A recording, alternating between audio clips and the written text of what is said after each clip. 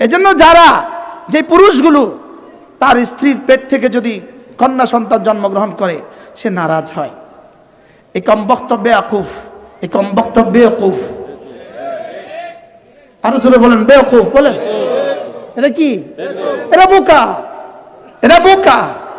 মূলত নারীর পেট থেকে সন্তান নারী হয় কখন, মেয়ে হয় কখন, আর সন্তান ছেলে হয় কখন, কিছু সিমটম আছে, কিছু কাহিনী আছে। যদি নারী আর পুরুষের মধ্যে নারী সবল হয়, নারী সবল হয়, কি হয় বলেন? যদি পুরুষ সবল হয় ছেলে হয়, পুরুষ দুর্বল হয় মেয়ে হয়। বুঝে থাকলে বলুন তো দেখি, মেয়ে হওয়া পুরুষের কারণে না নারীর কারণে? পুরুষের কারণে। কমপক্ষে তুই দুর্বল এই জন্য মেয়ে হয়েছে, কমপক্ষে নারাজ হইস কা, তোর উপরে তো নারাজ হ। বুঝেন নাই কথা কি? কি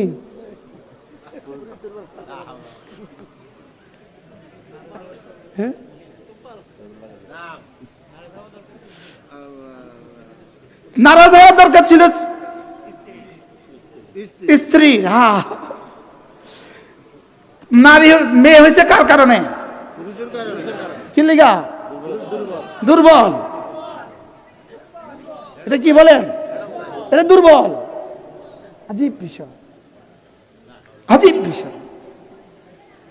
পেটের সন্তান কখন বাবার আকৃতি ধারণ করে, পেটের সন্তান কখন মায়ের আকৃতি ধারণ করে, এই তাসাব্বু কখন কিভাবে হয়, এটা কেন হয়?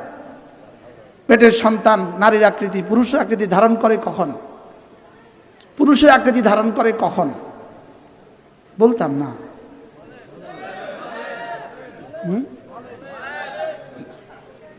ছোট্ট করে বলি ফেল।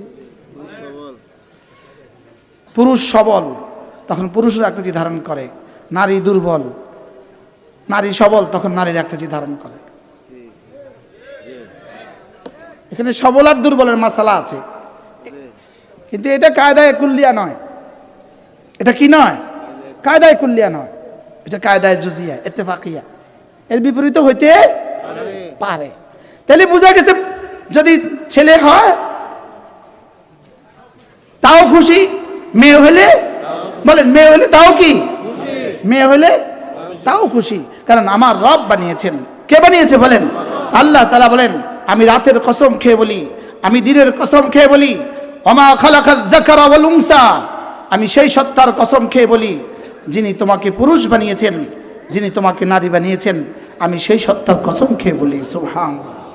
রব নিজের মধ্যে নিজেকে ফিকির করার জন্য মাকতাবে ফিকির দিয়েছেন। তুমি তোমার মধ্যে তুমি ফিকির করো, আমাকে নিয়ে তুমি ফিকির করো। এটা আমার করা, এটা তোমার করা না। বলেন পুরুষকে পুরুষ বানিয়েছে কে? আর যদি বলেন কে? নারীকে নারী বানিয়েছেন কে? এক কথা, ছোট্ট একটা কথা মনে হয়ে গেছে। হযরত মাওলানা শাহ হাকিম মোহাম্মদ আখতার রাহিমাহুল্লাহ তাআলা তিনি বলেন, যদি কারোর বিবি একটুখানি কালো হয়, হইতে পারে না? হইতে পারে না? পারে না? আমাদের বাইতুল মুকাররমের খতিব ছিলেন খতিব আব্দুল মুঈজ রাহিমাহুল্লাহ তাআলা। তো ইনার ছোট ভাই ছিলেন বড় আলেম, ইনাকে আপনারা চিনেন, আর আমাদের আশেপাশের মানুষ, নোয়াখালীর মানুষ। তো ওনার বিবি ছিল কালো। তো ওনাকে একজন জিজ্ঞেস করছে, ভাইয়া ভাবিটা কেমন? তো ওনার হাতে একটা কালো ছাতি ছিল। তো বলছে তোমার ছাতিটা কেমন? বলছে এটা শরীফের 1 নম্বর ছাতা। আমার বিবিও 1 নম্বর। কি ভাই, এত কালো ছাতা হয়ে যদি 1 নম্বর হইতে পারে, তা আমার কালো বিবিও 1 নম্বর।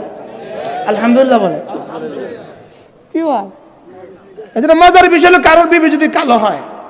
শাহ হাকিম মোহাম্মদ আখতার রাহিমাহুল্লাহ বলেন, তুমি বলবা এটা, আই করিম আকা आपने बदस्ते करम इसको मेरे लिए मुकर्रर फरमाया, আল্লাহ আপনি আপনার রহমের হাতে এটাকে আমার জন্য ঠিক করে দিয়েছেন। সুবহানাল্লাহ বলেন। এরপরে কি হবে? এটাকে অচিরেই আল্লাহ তাআলা ওয়াহুন্না আহসানু মিনাল হাওরা, অচিরেই জান্নাতে হুরদের চেয়েও বেশি সুন্দরী বানিয়ে দিবেন। কি ভাই, অচিরেই জান্নাতে কি করবেন বলেন? সাহাবা ইকরাম আল্লাহ নবীকে জিজ্ঞেস করলেন, ওমা নিসাউদ দুনিয়া ইয়া রাসূলুল্লাহ, দুনিয়ার বিবিরা কেমন হবে? তো রাসূল বলেন, ওয়াহুন্না আহসানু মিনাল হাওরা, এরা হুরদের চেয়ে বেশি সুন্দরী। লিমা ইয়া রাসূলুল্লাহ? লিআন্নাহুন্না ইউসাল্লিন, লিআন্নাহুন্না ইয়াসুমুন, ইয়াসুমনা, এরা নামাজ পড়ে, এরা নামাজ পড়ে, এরা রোজা রাখে। ওয়াতাহাম্মালনা, এরা কষ্ট উঠায়, পেটে বাচ্চা নেওয়ার কষ্ট উঠায়, অজামলের কষ্ট উঠায়। এজন্য আল্লাহ তাআলা এদেরকে জান্নাতে হুরদের চেয়ে সুন্দরী বানিয়ে দিবেন।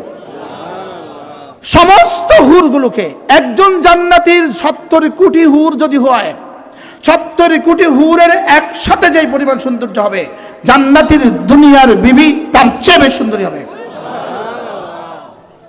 সুবহানাল্লাহ। আচ্ছা কেমন হবে? খুশি হয়ে যান সবাই। আজকে বাড়িতে গেলে সব খুশি করে দিবেন বিবিদেরকে।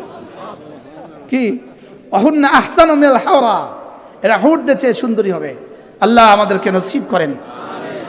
ওমা খালাকাল যাকারা ওয়াল উনসা, রব্বে করিম বলেন আমি কসম খাচ্ছি ওই সত্তার যিনি পুরুষ বানিয়েছেন, যিনি নারী বানিয়েছেন। তাহলে পুরুষ বানিয়েছে কে? আল্লাহ। নারী বানিয়েছে কে?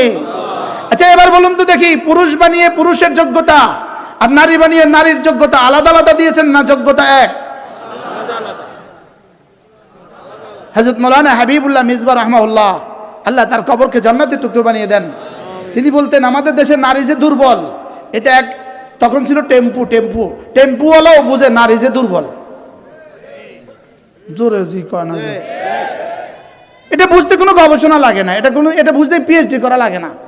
নারী যে দুর্বল এটা বুঝতে পিএইচডি লাগে না। বলেন কি বলছি বলেন? নারী দুর্বল না সবল? দুর্বল। এটা বুঝতে কি লাগে না বলেন? এটা বুঝতে পিএইচডি করা লাগে না, এটা বুঝতে থিসিস করা লাগে না, এটা বুঝতে গবেষণা করা লাগে না, এটা বুঝতে এমফিল করা লাগে না। এটা আমাদের দেশের অটোওয়ালাও বুঝে, আমাদের দেশের টেম্পুওয়ালাও বুঝে। হুজুর বলতেন যে নারী যখন টেম্পু থেকে নামে তখন টেম্পুওয়ালা 2টা থাপ্পড় দেয়। ওস্তাদ